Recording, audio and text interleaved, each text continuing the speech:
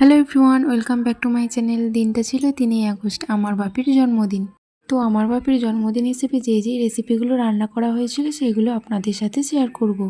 এখানে রয়েছে লাল লাল ঝাল ঝাল চিকেন কষা, আর রয়েছে বাপির সবথেকে যেটা ফেভারিট রেসিপি হচ্ছে মাটন কষা। এই মাটন কষা রেসিপিটা আপনাদের সাথে শেয়ার করব। আর কি রেসিপি আমি এখানে দেখিয়েছি সেগুলো আমাকে ঝটপট কমেন্টে জানান। তো চলুন বেশি ভাট না বকে রেসিপিটা শুরু করা যাক। প্রথমে কড়াইয়ে সর্ষের তেল গরম করে তেজপাতা ফোড়ন দিয়ে পেঁয়াজের টুকরোগুলো বাদামি করে ভেজে নিয়েছি। এবার জল ঝরিয়ে রাখা মাটনটা ওর মধ্যে অ্যাড করে কিছুক্ষণ নাড়াচাড়া করে নিয়েছি। কিছুক্ষণ নাড়াচাড়া করার পর যখন দেখবে মাটনটা 20% মতো কুক হয়ে গেছে, তখন এর মধ্যেই দিয়ে দেবো আদা আর রসুন বাটা। এবং আদা আর রসুন বাটা দিয়ে মাটনটা ভালোভাবে ভেজে নেব।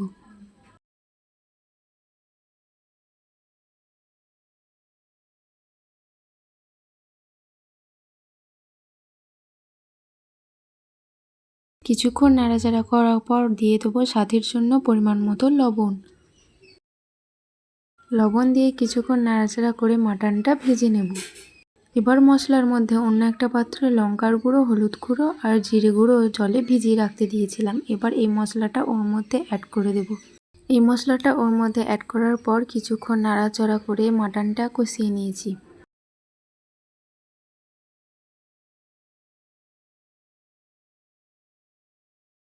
এবার অল্প পরিমাণ করে জল দেব আর মাটনটা কষতে থাকবো যাতে মাটনটা পুরোপুরিভাবে কুক হয়ে যায়। দেখুন মাটনের মধ্যে অল্প করে জল দিচ্ছি আর মাটনটা কষতে থাকছি। বাপির জন্মদিন হিসেবে পায়েসের রেসিপিটা আমি বানিয়েছিলাম, সেই রেসিপিটা আপনাদের সাথে শেয়ার করব।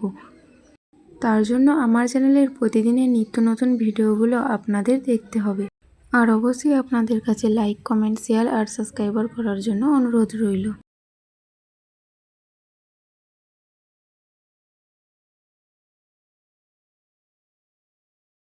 দেখুন অল্প পরিমাণ করে জল দিচ্ছি আর মাটনটা কষিয়ে নিয়েছি। দেখুন গ্যাসের ফ্লেমটা লো করে মাটনটা কষিয়ে নিয়েছি, তার জন্য গা থেকে তেল ছেড়ে দিয়েছে। আপনারা নিজেরাই দেখলে বুঝতে পারবেন মাটনটা পুরোপুরিভাবে কুক হয়ে গেছে এবং গা থেকে তেলও ছেড়ে দিয়েছে।